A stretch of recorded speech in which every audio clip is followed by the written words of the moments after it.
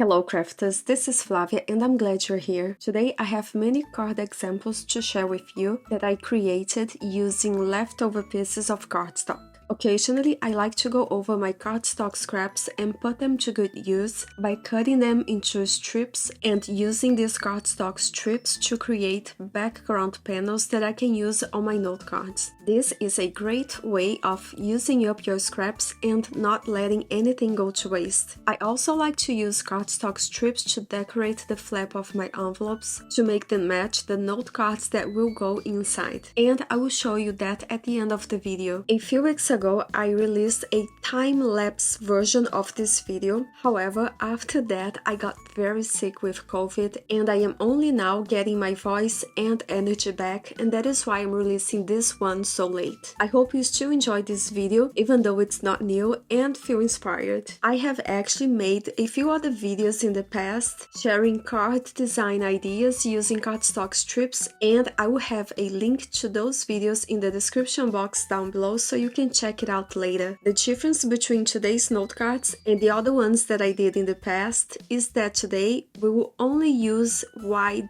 cardstock strips and we will overlap them a little bit so we can get this really cool letterboard look. I had been thinking about this design for a while and it really is a fun way to use up your cardstock strips. Here we have the metal plates that I like to use to cut out my cardstock strips. It is by Simon Says Stamp and I use it all of the time because I really like having cardstock strips ready to go. Since for today's technique we need wide strips, I will only use this first metal plate, which will cut out strips that are about 3/4 wide. You can definitely use a paper trimmer to cut them out. The process will definitely be faster and you will still be able to create beautiful note cards. However, I prefer using these metal plates, even though it takes longer, because I feel that it gives me a more finished look. For example, to cut out this dark pink cardstock strip on the left, I used a metal die, and to cut out the one on the right, I used a paper trimmer. The difference is very subtle and most people won't notice, but I promise it is there.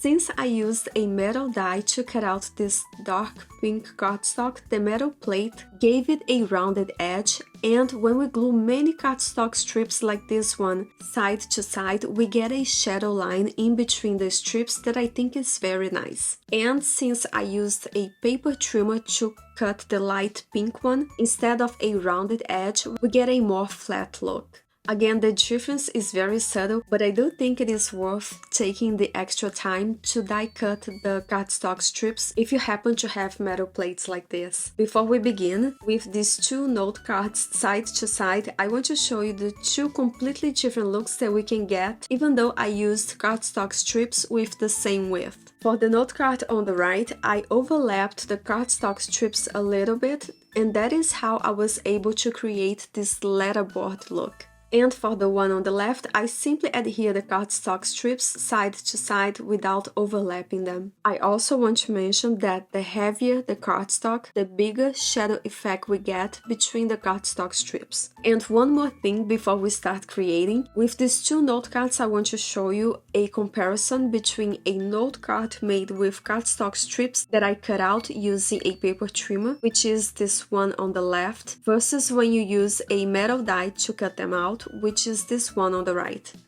I used 65 pounds cardstock for both of these note cards, but because I used a metal plate to cut out the cardstock strips for this one on the right, it gave them a more rounded edge, and because of that, we get a more noticeable shadow line between the cardstock strips, even though I used the same weight of cardstock. You will definitely be able to create beautiful note cards, whether you cut your cardstock strips using metal plates or a paper trimmer, and that is just a matter of preference. To create my cardstock strips panel, I will adhere them to 4 1/4 by 5 1/2 pieces of graph paper. You could definitely use scrap paper, but this one will allow me to perfectly align my cardstock strips. Off camera, I die cut a lot of cardstock strips, more than what I need actually, and that is so I can have leftovers for decorating the flap of my envelopes and also for future note cards. To adhere these cardstock strips to this graph paper, I will apply a thin line of liquid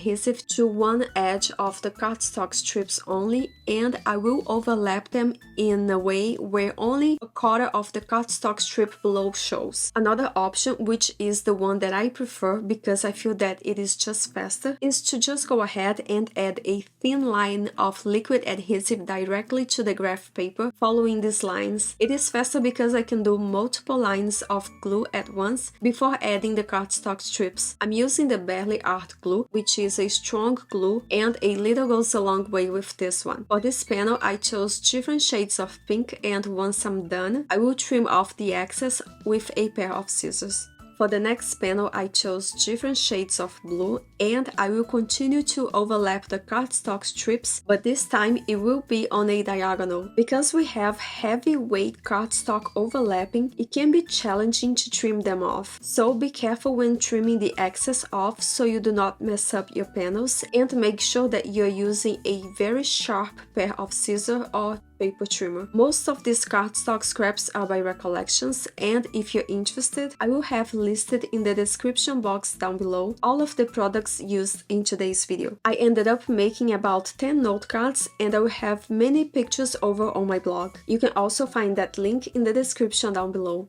For this next one, I will overlap black cardstock strips so I can use this panel to make a sympathy note card. I really like the idea of overlapping cardstock strips in just one color. I think it looks very elegant, and I wish I had made another one with white cardstock strips only. For this next design, I will start by placing a lilac cardstock strip right in the center of this panel. Then I will start overlapping cardstock strips from the center to the right and from the center to the left side of this panel. Once that's done, I will trim the cardstock strips that are hanging out, and we will end up with this really cool panel. This is actually my favorite design, and I wish I had created more panels like this one. So these are all of the different ways I adhere my cardstock strips to my panels, and here is a closer look at all of the panels that I was able to create today. Because I die cut all of the cardstock strips at once at the beginning, it took me no time at all to create these panels. Off camera, I will adhere these panels to top folding A2 size note cards that are made out of white cardstock. And now we can start working on the sentiments for today's note cards. Today I will be using this sentiment stamp and die set by the Glittery Stamps. This is the Opposites Attract set, and the style of these letters is so beautiful. This is definitely one of my favorite sentiment stamp sets. Before I start stamping, I want to share a few tricks for making it easier to use this set. Since the metal plates are solid shapes and we cannot see the cardstock through these metal plates, we will need to do the die cutting before the stamping. Therefore, it is important that we create a negative die cut panel like this green one that I have. I die cut all of the sentiments from these two green panels, and when I'm ready to stamp, I will place these green panels inside my stamping tool and then pop in the die cut sentiment inside these negative spaces. They will fit like a puzzle. To make the process faster for the next time I use this set, I will number the packaging, the negative spaces,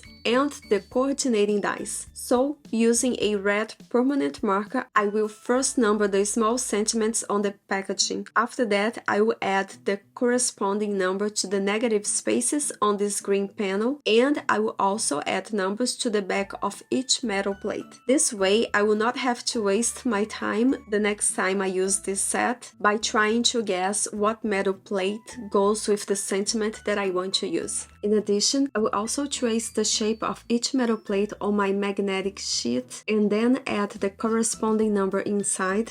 So now that I am ready and very organized, I can go ahead and place this panel inside my MISTI stamping tool so I can start stamping the sentiments. Under this green panel, I have a sticky mat that will keep my die cut pieces in place as I'm stamping. I'm starting with a black pigment ink, and as I'm stamping, I'm placing these die cut pieces inside a container with clear embossing powder because I plan on heat embossing all of these stamped sentiments. This clear embossing powder, once melted, will make these sentiments die cuts look very glossy. I will also use some bright color ink pads by Altonil so I can have some colorful sentiments as well. Since these are not pigment ink, For the embossing powder to stick to these colorful stamped sentiments, I will have to stamp over them a second time using a watermark pad, which is a clear ink that will make the embossing powder stick to these stamped sentiments. For these colorful sentiments, I will use a holographic embossing powder by Ranger. Clear and holographic embossing powders are the ones that I use the most, and that is why I have a lot of it. Also, I like to keep them in these large containers so I do not make too much of a mess when I need to use these embossing powders. Plus, it is very practical. I will heat emboss all of these sentiments at once so I do not have to keep on turning my heating gun on and off all of the time. Notice here that I am going over a die cut with a marker.